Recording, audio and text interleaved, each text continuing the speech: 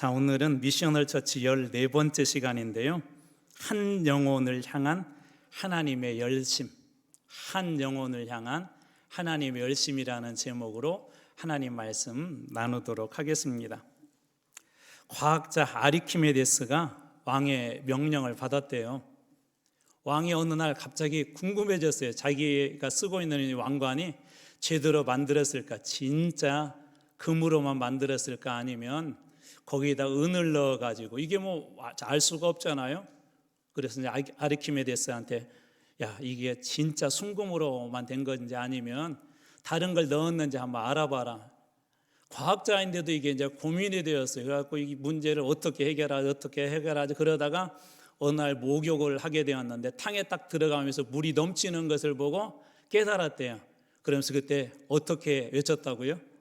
그죠? 유레카라고 이렇게 외쳤대요. 유레카, 찾았다라는 그런 의미이면서도 기쁨의 그 탄성입니다. 무엇인가 새로운 진리를 발견하거나 해결하지 못한 그런 문제를 해결할 때 준 그런 기쁨과 그런 감동들이 있습니다. 아마 결혼하시고 또 이렇게 아기를 낳아본 경험이 있는 분들은 첫째 아이를 낳았을 때 그때 그 기쁨도 말할 수 없는 것 같아요.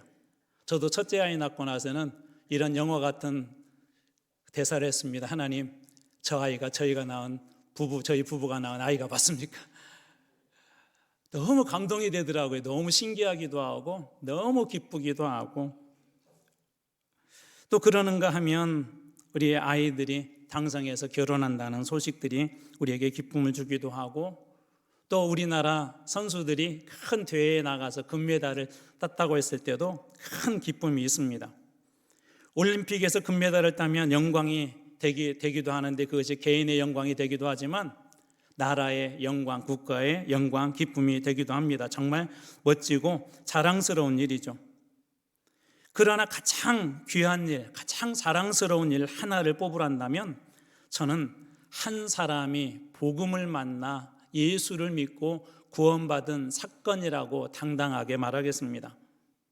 이것만큼 가장 귀하고 이것만큼 큰 기쁨의 일은 없습니다. 어느 시골에서 부잣집 외아들이 강물에서 놀다가 그만 이렇게 떠밀려 가게 되었대요. 그대로 있게 되면 죽게 되는데 마침 그 옆을 지나는 가난한 집 아이가 그것을 보고는 물속에 뛰어들어서 이 부잣집 외동아들을 살려주었어요. 부잣집 아버지는 너무나 기뻤겠죠. 왜냐하면 아이가 하나밖에 없기 때문에 그 아이를 잃어버리면 천하를 잃어버린 것하고 똑같습니다. 그래서 부잣집 아버지는 너무나도 감사해서 많은 재산을 떼어서 자기 아이를 살린 가난한 집 아이한테 이렇게 주었대요. 그리고 평생 은인으로 이렇게 삼고 감사하며 살았다고 합니다. 인간의 삶은 얼마나 될까요? 모세는 시편 90편에서 이런 고백을 합니다. 인생이 기껏해야 한 70년, 건강해야 80년인데 그 인생살이 고통과 슬픔뿐이고 덧없이 지나가고 선살같이 빠르게 달려간다라고 그의 인생의 마지막 순간에 그런 회고를 합니다. 100년도 못되게 사는 인생도 죽을 수밖에 없는 상황에서 살아나게 되면, 자신이 아니고 자신의 아이지만 살아나게 되면 이렇게 감사한데, 영원한 삶을 얻는 것은 얼마나 감사하고 귀한 일일까요? 그래서 예수님은 천하보다 귀한 생명, 우리 한 사람 한 사람의 그 생명을 천하, 이 모든 세상하고 다 바꾸어도, 아니 그보다도 훨씬 더 귀중한 것이 우리 한 사람 한 사람의 영혼이고 생명이다, 그렇게 이야기합니다. 이 생명을 사망에서 생명으로, 죄인에서 의인으로, 악인에서 자녀로 삼아주기 위해서 천하보다도 귀한 생명인데도 당신의 외아들 독생자 예수 그리스도를 십자가에 내어주시고, 우리는 그 예수님의 십자가의 속죄의 그 값으로 대속을 받아서 의를 이루어 하나님 안에서 이 귀한 영생이라는 선물을 얻었습니다. 이 귀한 일들을 오늘날에도 이루게 하는 것이 있는데 그것이 뭐냐면 복음입니다. 복음. 그래서 기독교를 한마디로 정의하라면 기독교는 복음의 종교다라고 그렇게 정의해도 될 것 같습니다. 복음은 무엇인지 한 3가지 정도로 한번 간단히 나눠보도록 하겠습니다. 복음은 기독교의 본질이에요. 그래서 제가 기독교는 복음의 종교다라고 그렇게 정의한 것입니다. 쉽게 얘기하자면 복음을 빼버리게 되면 기독교는 죽은 종교가 됩니다. 쉽게 얘기해서 사람의 육체는 있는데 영혼이 없어지게 되면 그 사람이 죽은 존재인 것처럼 이 기독교는, 교회는 이 복음이 생명과 같은 것이 바로 이 교회라는 것이죠. 그래서 이 복음이 얼마나 중요한지 바울은 세상의 자랑 다 버리고 오직 복음만 따라가겠다고 그렇게 고백하지 않습니까? 그리고 두 번째, 이 복음은 선교의 핵심 주제이기도 합니다. 선교의 핵심 주제. 우리 선교적 교회 그럴 때 선교적 교회라는 말은 선교를 본질로 삼는 교회라는 그런 의미가 있거든요. 다시 말해서 이 선교의 핵심이 뭐냐면 이 복음을 전하는 일인데, 교회는 이 복음을 본질로 삼는 것이 교회이고 동시에 이 선교의 핵심 주제는 복음이 되어야 합니다. 그래서 바울은 고린도 교회에 보낸 선교 편지에서 예수 그리스도와 십자가에 못 박히신 것 외에는 아무것도 알지 않겠다. 예수 그리스도와 십자가에 못 박히신 것, 복음 외에는 아무것도 알지 않겠다 하면서 복음을 전하는 일에도 오직 복음만, 예수와 십자가만 그는 전했습니다. 그가 전하는 선교의 핵심 주제는 복음, 즉 예수 그리스도였던 것이죠. 그리고 세 번째, 이 복음은 지상교회의 영원한 사명. 우리가 이 땅에서 교회가 존재하는 한 교회가 놓지 말아야 될 영원한 사명이 뭐냐면 바로 이 복음의 사명입니다. 복음은 예수님의 마지막 우리에게 남겨준 사명이요, 땅끝까지 이르러 전해야 될 교회의 사명이며, 복음을 전하는 것은 지상교회의 숙제이고 당연히 해야 될 그런 명령입니다. 때로 이 복음 때문에 순교를 당하기도 했고, 이 복음 때문에 교회가 핍박을 받았지만 이 생명과 같은 복음이었었기 때문에, 지상교회에 남겨진 영원한 사명이었기 때문에 교회들은 지금까지도 이 복음을 전하는 일들을 감당하고 있습니다. 오늘 본문에서는 이 사명을 감당하고 있는, 복음의 사명을 감당하고 있는 한 사람을 만나게 되는데요, 우리가 지난 시간에도 만났던 바로 빌립 집사님이라는 분입니다. 그는 수데반 순교 이후에 예루살렘에서 핍박이 심해지자 유대와 사마리아로 많은 사람들이 흩어졌는데, 그 중에 이 빌립 집사님은 사마리아로 가서 복음을 전했습니다. 사마리아에서 복음의 사역은 성공적이었었죠. 그래서 6절 말씀 보면 사마리아의 사람들이, 많은 사람들이 복음을 들었다 그렇게 되어 있고, 7절 말씀에 의하면 표적을 보았대요. 많은 사람들이 더러운 그런 귀신들이 쫓겨났고, 중풍병 그리고 걷지 못했던 환자들이 나음을 입는 하나님의 역사를 이 복음을 통해 경험했다 그렇게 되었고, 8절 말씀에는 이 복음의 결과로 그 성에 큰 기쁨이 있었다.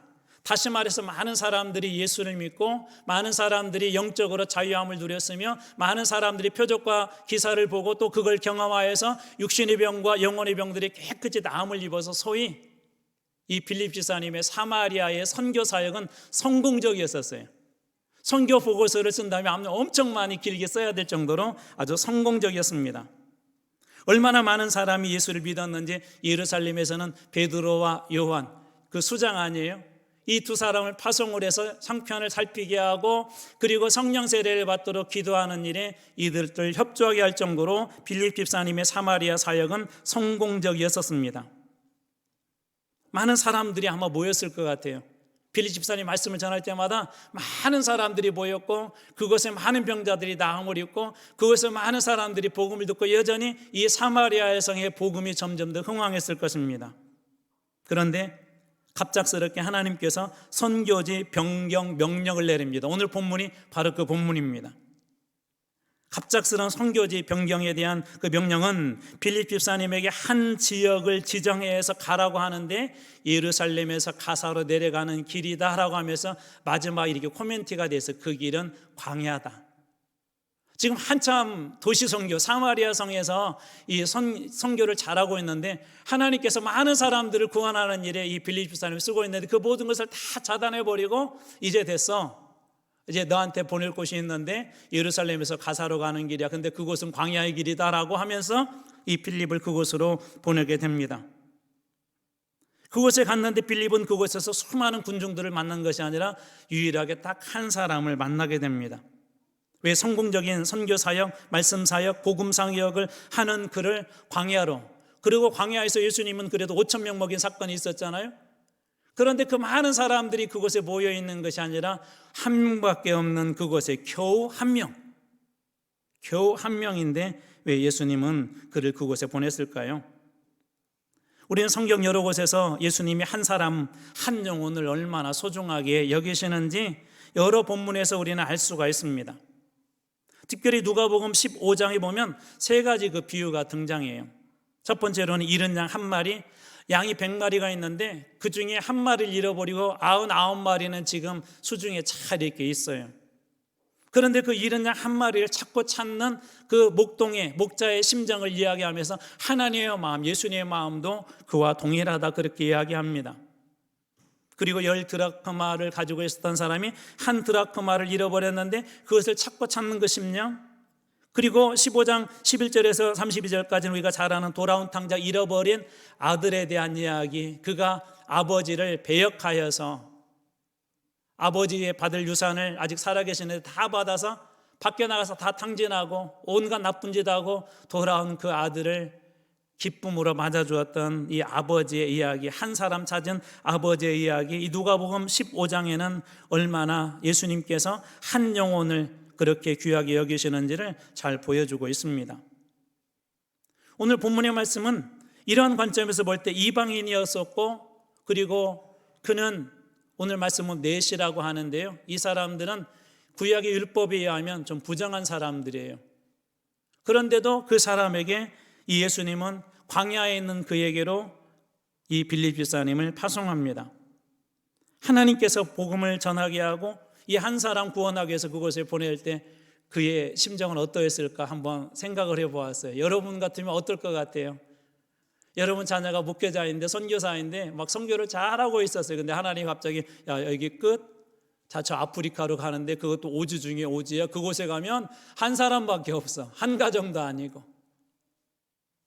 그럼에도 불구하고 왜 하나님께서 이 많은 사람들 중에 빌립 집사님을 택해서 이 한 사람의 영혼을 구원하는 그 일들을 위해서 그를 보내셨을까? 한 세 가지 정도 이유를 우리는 본문에서 찾아볼 수가 있습니다. 첫 번째로 빌립 집사님은 말씀에 귀를 기울이고 늘 순종하는 사람이었습니다. 오늘 본문의 한 두 곳 정도에서 주의 사자를 통해서 성령을 통해서 말씀해 주시는데 8장 26절에 보면 주의 사자가 빌립 집사님에게 말했다, 주의 사자가 빌립에게 말하였다라고 말씀이 시작합니다. 그러면서 일어나서 지금 즉시 일어나서 남쪽으로 향하여 예루살렘에서 가사로 내려가는 길까지 가라 하니 그 길은 광야 길이라고 하면서 그에게 소위 선교 명령, 새로운 선교지에 대한 부르심이 있었습니다. 그러다 27절에 오면 그는 어떻게 합니까? 일어나 가서 보내. 여기서 일어나라는 표현으로 바로 쓰여 있지만 그의 표현은 즉각적이고 바로 어떤 것도 고민하지 아니하고 이 도시 목회에서 이제 저 광야 목회로 부르심 받은 그 자리에 즉시 순종하는 모습을 보게 됩니다. 그리고 가서 보았는데 에티오피아 사람 곧 에티오피아 여왕 간다게의 모든 국권을 맡은 관리인 네시가 예배하러 예루살렘에 왔다가 그곳에서 한 사람을 만나게 됩니다. 29절 말씀도 비슷한 구조로 되어 있는데요, 29절에 보면 성령이 빌립더러, 방금 읽었던 26절은 주의 천사가 빌립에게 말씀했다면 29절은 성령이 빌립더러 이르시되 이 수레로 가까이 나아가라. 에티오피아 넷이 그 에티오피아 여왕 간다게의 국고를 맡은 그런 관리인 네시가 있는 그 수레로 가까이 가라고 하자 30절 어떻게 합니까? 빌립이 이번에는 일어나서가 아니라 달려갔다라고 그렇게 이야기합니다. 달려갔다. 그는 그곳에서 선지자 이사야의 길을 읽는 것을 듣고 말하는 그가 듣고 그에게 묻습니다. 읽는 것을 깨닫습니까? 라고 그렇게 묻습니다. 오늘 이 말씀에서 우리가 생각해 봐야 될, 적용해 봐야 될 몇 가지 질문들이 있는데, 특별히 여러분들은 하나님의 말씀을 날마다 듣고 있습니까? 빌립 집사님이 늘 잘했던 것 중에 하나는 뭐냐면 성령님을 통하여서 주의 천사를 통하여서 하나님 말씀에 늘 그는 귀를 기울였다는 것입니다. 여러분들에게 말씀 듣는 시간이 있습니까? 현대인들이 너무 바쁘다고 그래요. 너무너무 바쁜데 이게 바빠가지고는 뭐 집안에서도 막 힘들다, 또 어떤 남편들은 오늘 같은 날은 쉬어야 된다 그러잖아요. 그럴 정도로 현대인들은 정말 바쁘게 살아갑니다. 그럼에도 불구하고 그리스도인들은 하나님의 말씀을 듣는 조용한 시간들, 조용한 공간들이 늘 필요합니다. 그래야 하나님의 뜻을 알 수 있기 때문에 그렇습니다. 그때 하나님 말씀이 우리 삶을 움직이게 하기 때문에 그렇습니다. 말씀이 없이 움직이는 삶은 자기 자아와 자기 결정으로 움직일 수밖에 없습니다. 빌립 집사님뿐만 아니라 오늘 이 땅을 살아가는 그리스도인들은 항상 하나님께서 우리에게 무엇을 말씀하신지 들을 수 있는 공간과 시간이 필요하다는 것이죠. 이 생명의 말씀이 우리들 가운데 들려올 때 우리의 인생이 움직이게 되는 거예요. 진짜 제대로 바르게 바른 방향을 향하여서. 베드로와 제자들이 잘 아시는 것처럼 바다 위에서 풍랑을 만나 큰 어려움을 당하고 있을 때 멀리서 유령 같은 존재가 오고 있었어요. 그때 예수님이라는 존재를 알게 돼요. 그럴 때 베드로가 묻게 돼요. 정말 예수님 맞으세요? 우리 맞다. 그때 이런 질문을 하죠. 예수님이라면 정말 예수님이란 저를 명해서 무리를 걷게 해주십시오. 예수님 말씀이 들려와요. 오라 라고 들려옵니다. 그러자 그는 무리를 걷는 놀라운 일들을 행하게 됩니다. 어떻게 이런 일들이 가능했을까요? 그것이 하나님 말씀이고 예수님 말씀이기 때문에 가능한 것입니다. 풍랑이는 바다를 바라보는 건 누구나 다 두려워요. 그것도 아직 예수님이 정확하게 확신이 없다면 절대 그 음성에 순종할 수도 없죠. 그런데 베드로는 오라는 그 예수님의 말씀에 순종해서 풍랑이는 바다 위를, 그것도 안전할 것 같은, 풍랑이는 바다 위보다는 더 안전한 풍랑이지만 뱃속이 조금 더 안전할 텐데 그 모든 것들을 버리고 풍랑이는 바다 속으로 그는 뛰어듭니다. 빌립 집사님도 마찬가지예요. 세상적으로 볼 때는 그렇게 얘기할 거야. 야, 그게 좋은 교회 놔두고 왜 그런 곳으로 가냐. 지금 도시목회 성공하고 있고 아직도 이 사마리아 성에 얼마나 많은 사람들이 예수 믿을 사람들이 많은데 이곳에서 전도하면 그곳에 가면 한 명이지만 이곳에서 전도하면 아직도 많은 사람들 구원할 수 있어라고 많은 사람들이 그렇게 이야기할 수도 있었을 것 같아요. 왜 그런 광야로 가냐? 그런데 빌립 집사님은 그렇지 않았어요. 하나님의 말씀이 그에게 들려오면 그는 그 말씀에 순종하는 사람이었습니다. 여러분들은 어떻습니까? 오늘 여러분들에게 말씀해 주신 하나님의 음성이 있습니까? 주님께서 여러분들에게 날마다 말씀하시냐는 것입니다. 하나님의 말씀을 들어야 우리는 순종할 수 있고 순종할 때 하나님의 말씀의 역사가 우리 삶 속에 드러납니다. 두 번째로 빌립 집사님은 항상 성령의 인도함을 받은 분이셨어요. 성령은 말씀을 가지고 우리에게 찾아오세요. 성령님은 다양한 행태로 감정을 통해서도 오시지만 가장 확실하게 오시는 방법은 말씀이에요. 어떤 상황 앞에 섰는데 하나 성령님을 통해서 말씀해 주신다면 그것은 하나님으로부터 오는 것이다 라고 보시면 돼요. 예를 들면 계시록 2장에 보면 2장 3장에 이런 말씀이 막 계속 반복되어지는데 귀 있는 자는 성령이 교회들에게 하시는 말씀을 들을지어다. 성령은 말씀하신대요. 그래서 성령님은 말씀을 통해서 말씀하세요. 오늘 우리가 보았던 말씀이 29절입니다. 성령이 빌립더러 이르시되 이 수레로 가까이 나아가라 하시거늘 성령이 빌립에게 말씀하셨다라고 이렇게 말씀이 되어 있습니다. 성령과 선교는 밀접한 관계가 있는데요. 선교는 교회에 맡겨진 가장 큰 사명이라고 그랬죠. 그래서 우리가 선교적 교회라고 할 때 교회의 본질이 선교다라는 말씀도 드렸습니다. 이 사명, 교회에 맡겨주신 이 복음의 사역을 잘 감당할 수 있도록 돕도록 때로는 동력이 되도록 때로는 힘이 되도록 우리에게 보내주신 분이 바로 이 성령님입니다. 선교적 교회는 선교가 본질인 것이 교회라면 그렇다면 선교적 교회 역시 성령 없이 바르게 사역할 수 없습니다. 그래서 우리 복음에 대해서 증가하는 일에 말씀이 늘 이런 식으로 이어져요. 우리가 잘 아는 사도행전 1장 8절은 오직 성령이 너희에게 임하시면 땅끝까지 내 증인이 될 것이다. 사도행전 4장 31절 무리가 다 성령 충만했을 때 담대히 하나님의 말씀을 전했다. 누가복음 4장 18절 주의 성령이 내게 임할 때 이는 가난한 자들에게 복음을 전할 수 있게 되었다.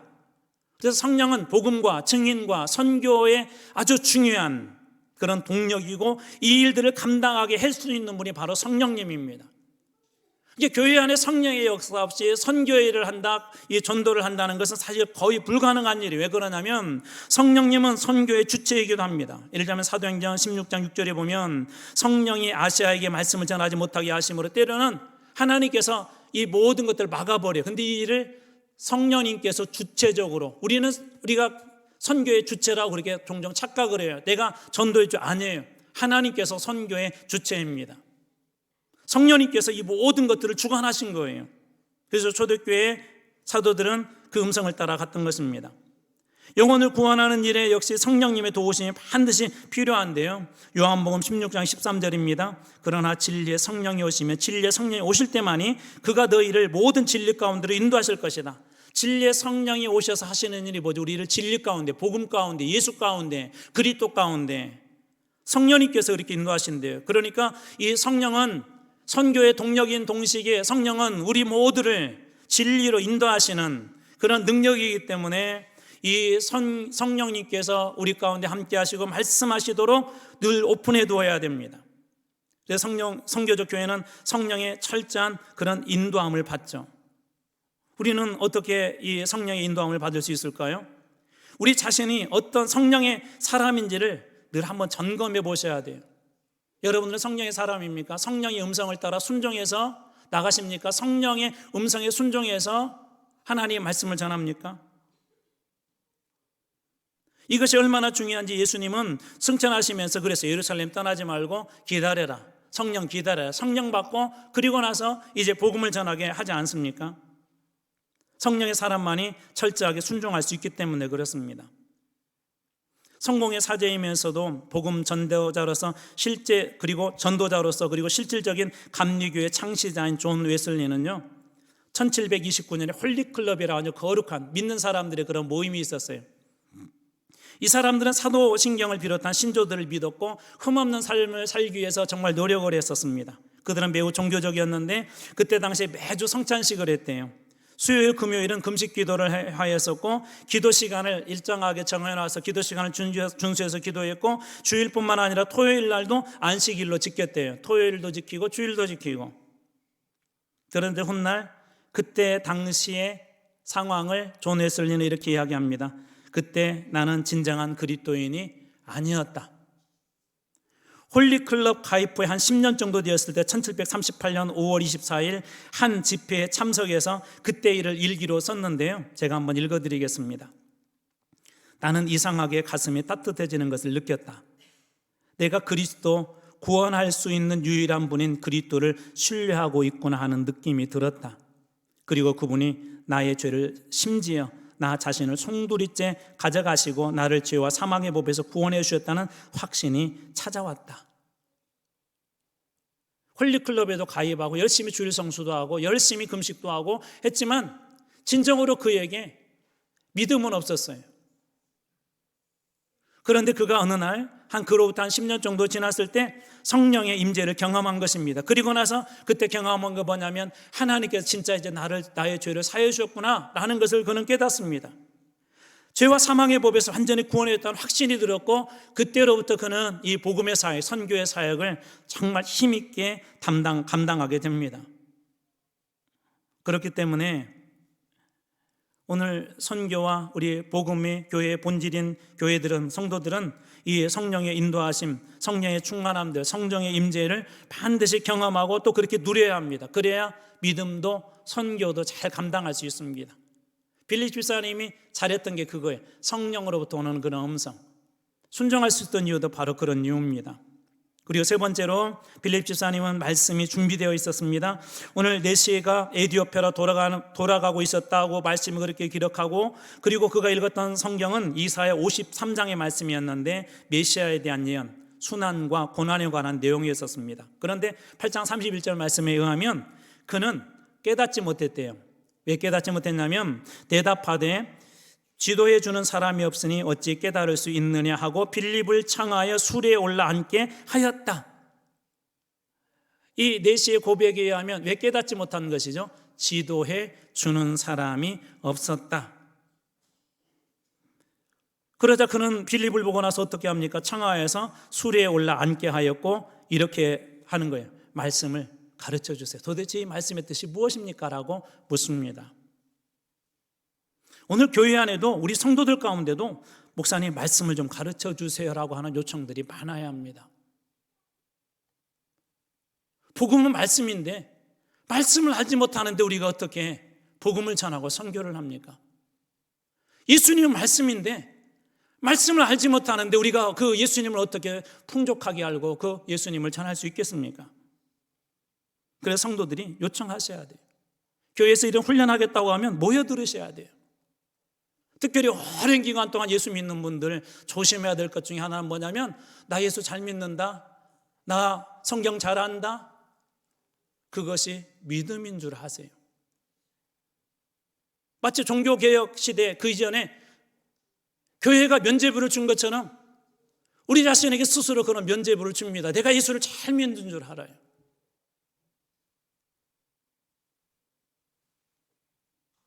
먼저 요청해서 목사님 우리를 좀 가르쳐 주십시오.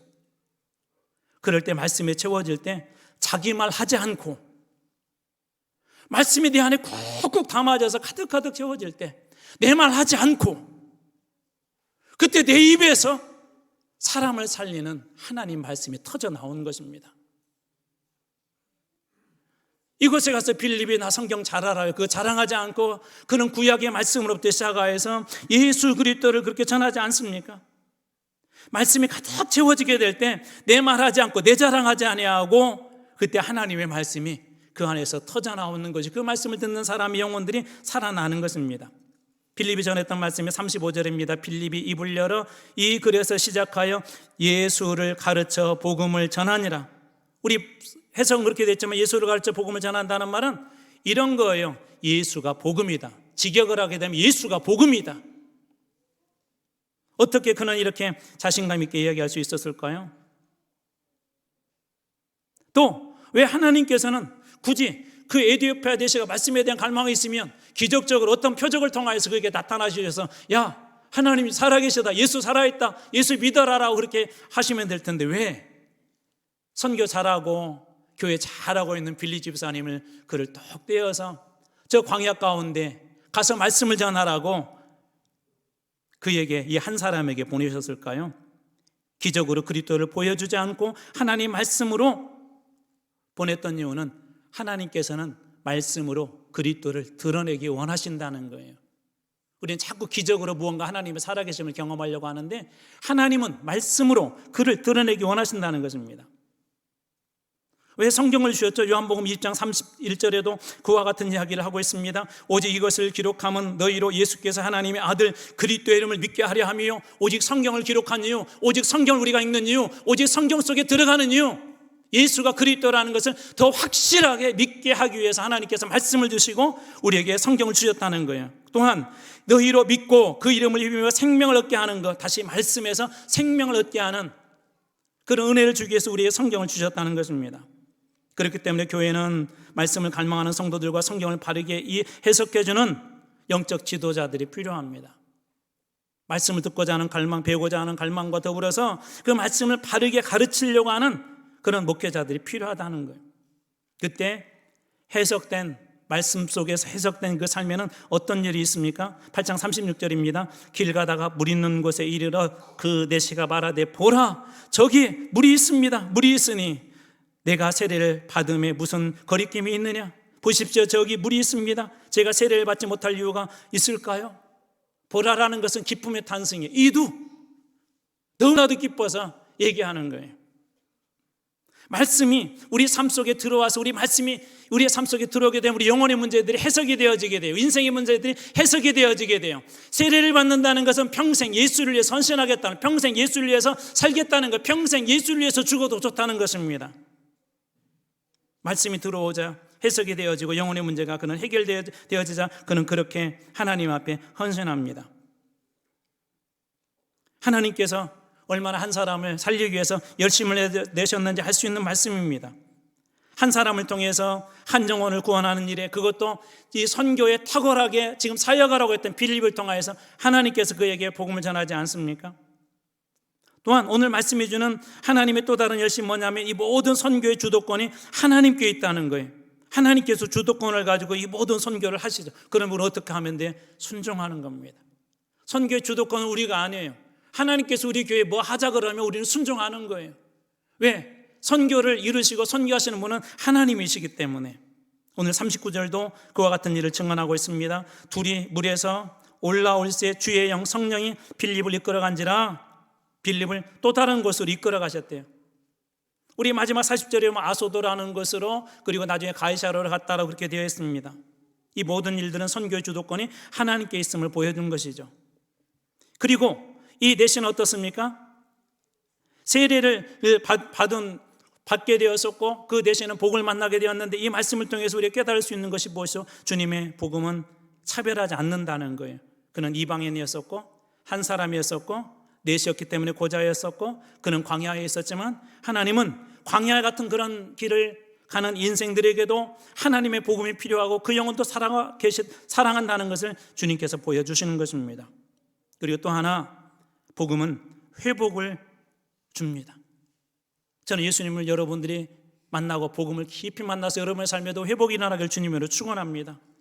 오늘 말씀의 39절입니다. 내시는 기쁘게 길을 갔다. 복음을 진짜 깨닫고 나서, 예수가 그리스도라는 사실을 깨닫고 나서 기쁘게 자기 인생의 길을 갔대요. 지난주에 봤던 8장 8절에는 그 성에 복음을 만난 성은 큰 기쁨이 있다 그렇게 되어 있었고, 또 앞으로 볼 사도행전 13장 48절에는 이방인들이 복음을 듣고 기뻐하였다라고 그렇게 이야기합니다. 복음은 이처럼 회복과 큰 기쁨을 줍니다. 2세기 이레니우스라고 유세비우스라고 하는 분들이 계신데, 이분들이 쓴 기록에 의하면 이 에티오피아 이 내시는 자기 나라로 가서 복음을 전하는 전도자, 선교사가 되었대요. 광야에서 만났더니 한 사람이 자기 나라로 돌아가서 자기 나라를 구원하는 일, 복음을 전하는 일에 그가 힘쓰게 됩니다. 한 사람이 에티오피아를 바꾼 것이죠. 우리 찬송 중에 이런 찬송이 있어요. 하나님의 꿈이 나의 비전이 되고, 하나님의 선교의 꿈, 복음의 꿈, 이 꿈들이 우리 교회의 비전이 되길 주님의 이름으로 축원합니다. 이 시대의 전도는 분명 어려워요. 아니 그렇게 이야기해요. 그런데 여러분, 변하지 않는 사실 한 가지가 있죠. 복음만이 그 영혼을 살릴 수 있다는 것입니다. 복음은 진리이기 때문에 복음을 전하는 그런 방법이 전도 아니에요. 영혼을 살리는 방법으로 우리에게 주신 것이 전도인데, 시대에 따라 되고 안 되고 그럴까요? 진리는 변함이 없습니다. 진리는 이 변함이 없는 게 진리입니다. 사도 바울의 시대의 복음이 한 사람을 살릴 수 있는 진리이고 그것이 진정한 교회 사명이라면 오늘날에도 교회가 그것을 놓아서는 안 됩니다. 김윤중 목사님이 개척 초창기에 이 전도를 하면서 한 사람 한 사람을 위해서 그렇게 열심히 복음을 전했대요. 때로는 실망도 하고 좌절도 하고 사람들이 구타당하기도 하고 여러 가지 온갖 소리를 다 들었대요. 그런데 이 목사님에게 결코 포기할 수 없었던 자기 자신의 주었던 한 고백을 그는 한 책에서 이렇게 고백합니다. 제가 읽어드리겠습니다. 나는 전도를 하면서 단 한 번도 안 될 것이라고 생각한 적이 없었다. 반드시 이 전도는 저 사람에게 먹힌다고 믿었다. 복음은 능력인데 어찌 역사가 일어나지 않겠느냐고 생각했다. 그리고 실제로 내 전도는 내가 전한 복음은 사람들에게 먹혔다. 강팍했던 심령들이 무너졌다. 아무리 강한 척 해도 복음 앞에서는 어린아이처럼 울었다.